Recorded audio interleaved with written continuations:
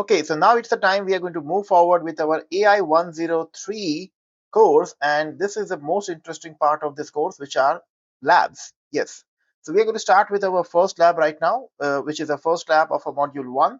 And in this particular lab, we are going to create our first Microsoft Foundry project, as well as we'll also deploy some models and we'll compare them.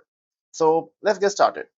As you can see right now, I have logged in into my lab environment, and I'm using a lab environment because it is basically going to save my time. So let's just get started with this. I'm on my Microsoft Foundry portal, but this is the old portal which is still there. So I'm just going to switch to the new portal right now by clicking on this toggle button. It's asking me to create a new project. I'll choose create a new project kind of an option. And now here we can actually create a new project with whatever name we want.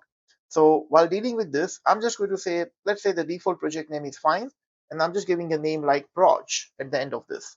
In the region, we have to make sure that we choose a proper region, and we have to make sure that this is going to be any recommended region of Foundry.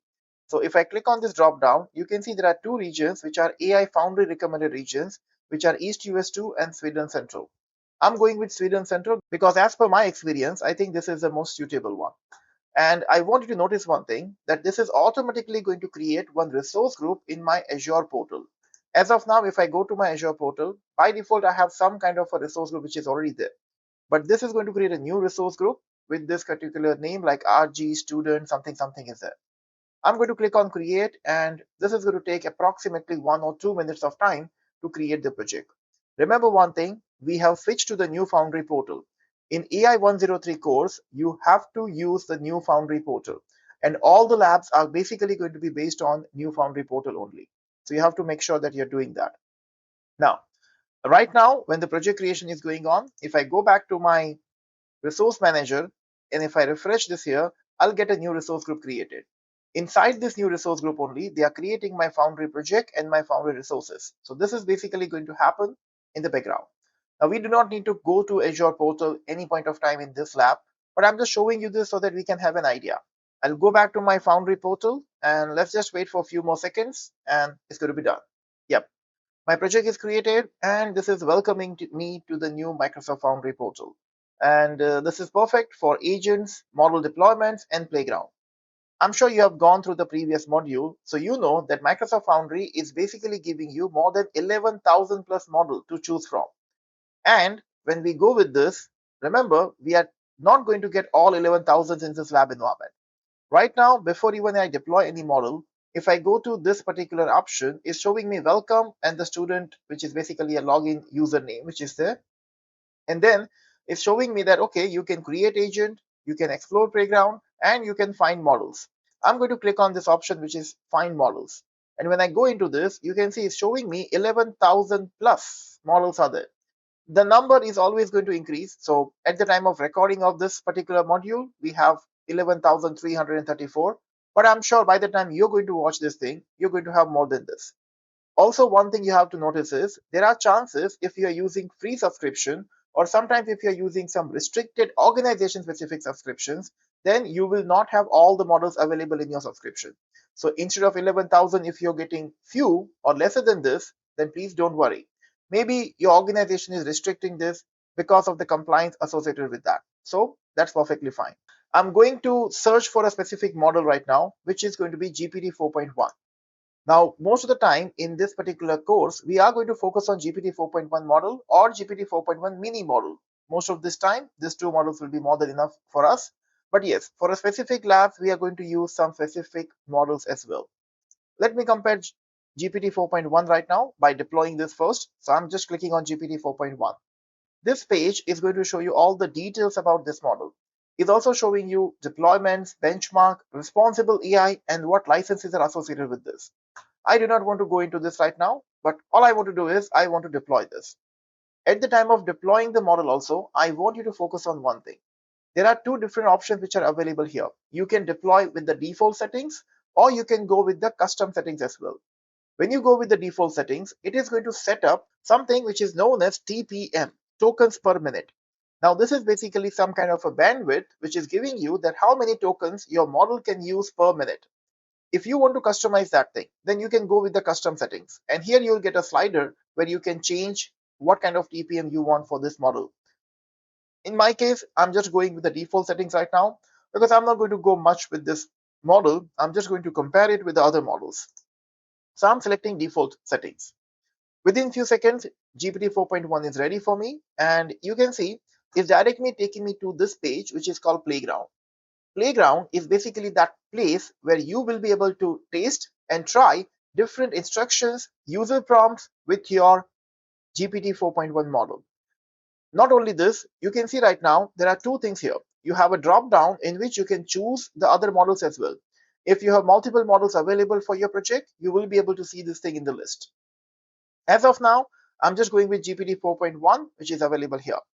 And at the right side, we have some parameters. If I want to control the generation of GPT 4.1 model, then I can control the randomness and the max tokens which I can use for this with this range. As of now, I'm just limiting this to approximately 13,000 tokens, which is perfectly fine for one particular response. And that's what we are doing. Now let me just follow the instructions of this particular module. And the first thing which I'm going to change is the instructions, which is basically system prompt of this particular playground. I'm going to remove this, which is already there. And instead of this, I'm going to put my instructions, which are, you are an AI assistant that can provide information and advice about AI software development. Now, this is my system prompt or instruction for my playground model is what I'm giving right now. Once this is there, I'm just going to specify that I want to check whether this is working or not. So I'm going to click on chat and I'm going to say describe 3 key considerations for working with large language model for AI application development. When I provide this kind of a prompt, you can see that this model is capable enough to give me a proper answer with this. It's showing me that there are 3 key considerations: data privacy and security, prompt engineering and output control, and cost performance optimization. You can also notice right now that the total token which is used by this model right now is 334 tokens. And is also showing me that the total time taken by this is 3.4 seconds. Now that's perfectly fine. And this is the response which I'm getting in this. Now, because this is done, now I want to focus on one more thing, which is this tab, which is called Operate. When I click on Operate, remember, this is something which is an operation center. This is a place where you can monitor your projects, view alerts, and monitor agent performance and quotas. And also you can manage different resources here. As of now, right now, in this one, it's showing me that I have 0 active alerts, I have 0 agents, and basically I do not have anything. So it's not showing me much things here. Now, at this particular page, right now I do not have any agents, as I said, but I want you to see a few things. For example, in the left side, you have a section called admin. When I click on admin, it's going to show you whatever projects you have created inside Foundry. As of now, we obviously have one single project, but when you have multiple, you will be able to choose a particular project. Also, you can see with this project, you have a parent resource. This parent resource is basically that root resource which is created in your Azure portal. So this is basically having proj-resource. And if you go to your Azure portal, you will be able to see that this is the same resource which is created here. You can see this is a proj resource. So this is basically that Azure portal specific resource which is created here. And under this resource, you have one project which is created. Can I create multiple projects under the same resource? Answer is yes, of course, you can do this thing. Also, this is associated with which subscription ID, what kind of a resource group, and some other configurations you will be able to see here. For further customizations, you can just click on Manage this resource in the Azure portal, and you will be automatically navigated to Azure portal. This is enough. I just want to go back to the Home tab, so I'm just going to click on Home. And most important thing on this home page is you have 3 different things here. You have something which is called Project Endpoint, Azure OpenAI Endpoint, and the API key. Remember, these 3 things are going to be very important for you if you're a developer and you're going to develop any application using your language models which you have deployed on your Foundry project. These endpoints are basically going to be useful from a developer point of view. You will copy this, you will paste it in your code or configuration, and then seamlessly you will be able to connect with your Foundry project as well as all the models which are deployed inside this. Now, most of the time people ask me this question that what's the difference between project endpoint and Azure OpenAI endpoint? Then the answer is the project endpoint is basically used to access models which are provided directly in Foundry, which includes Azure OpenAI models using your OpenAI Response API. And you can access Foundry specific APIs like Foundry Agent Service also with this. On the other hand, when you go with OpenAI endpoint, then this endpoint is used to access models using OpenAI APIs, Basically, this is going to include chat completion API and the response API. If you do not know the difference between what is the chat completion API and the responses API, then I strongly recommend you to check out my AI-901 course videos so that you can get more understanding about fundamentals. Now, we have deployed one model, and same way we can deploy multiple other models as well, and then we can take care of this. But as of now, we do not want to deploy multiple models. What I want to do is I want to make sure that I can set up my lab environment for the development of multiple agents with this. And that's why I'm going to use my Visual Studio Code. There are certain extensions which are going to be required in that. And that's what we're going to set up in this first lab. You can see right now, I'm just opening my Visual Studio Code, which is showing me that you can set up Copilot or you can get started with Visual Studio Code. I do not want to do any of these things right now. In the left side section, this column is very important because it's showing you different extensions which are installed in this. Suppose if you have not installed some of the extensions like Microsoft Foundry extension or the AI Toolkit extension, then I strongly recommend you to do that thing first in your computer. Automatically, this is giving me one pop-up right now. It's saying that the MCP server definition Foundry MCP wants to authenticate to Microsoft. Do you want to allow this? I'm going to say allow. This is basically one of the internal configuration which is happening right now.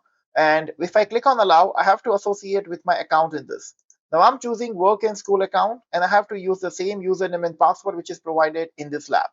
For me, this is maybe going to require because I'm using a lab environment, but maybe in your case, these extensions will not be there, so you don't have to worry about this. I'm just going to complete this authentication so that I can proceed with my other configurations with this. This is the one last final step which is going to be done. And after this, I'm just going to get rid of this. Now, if you check left side, the most important extension for you is this one, which is called AI Toolkit. Again, as I said, if you have not installed these extensions, you can go to extension section here and you can install this. After installing this AI Toolkit extension, the first thing which we are going to do is we have two important things here. You have an option here to build and create agent. And you can see this is a part of the developer tool section here. Also, when you go to the My Resources section, this is going to allow you to connect with your resources and you will be able to create and manage your projects with this. Now, the first thing which I want to do right now is you can see under My Resources section, we have Microsoft Foundry section available here. In this, you can click on this funnel icon and it's giving you an option to select a project. Because first thing which you have to do is the project which you have created in your Foundry portal, you have to associate with that. I'm selecting this particular option. It's showing me that my project which I have created with this name is visible here. Suppose if you do not have a project, then it's also going to give you an option to create a project there. I'm going to select my project and that's going to set up this project as a default project for my Visual Studio environment right now. Also, whatever models and agents I have available inside that will also be loaded here. Like you can see, my GPT-4.1 model is also visible here.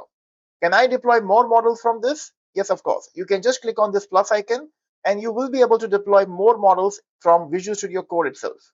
Like let's say I'm going to click on plus and I'm going to choose here. You can see it's showing me what kind of a model family you want.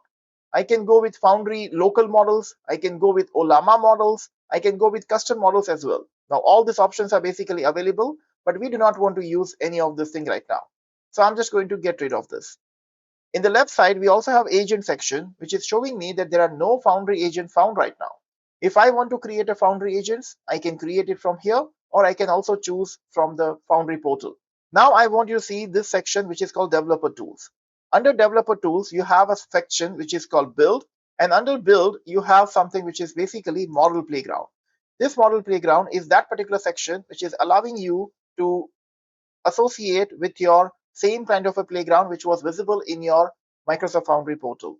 You can see right now, I can create a new playground or I can just configure this here. Now, let's say right now it's choosing GPT 4.1.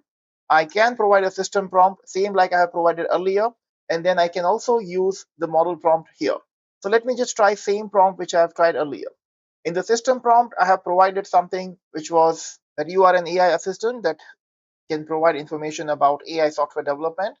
And now in this one, I'm going to provide my prompt, which I have given this. Describe 3 key considerations for working with large language models for AI application development. The moment I send the prompt, I want to check whether it's giving me the response in Visual Studio Code or not. And you can see it's giving me a similar kind of a response, which is here. Now, this playground is very similar to the playground which is there in Microsoft Foundry portal, And basically, if you do not have an access of the portal, still as a developer, your Visual Studio Code is going to be enough if you have this 2-3 extensions installed inside that. That's it for this particular video. I'll see you in the next module. Thank you.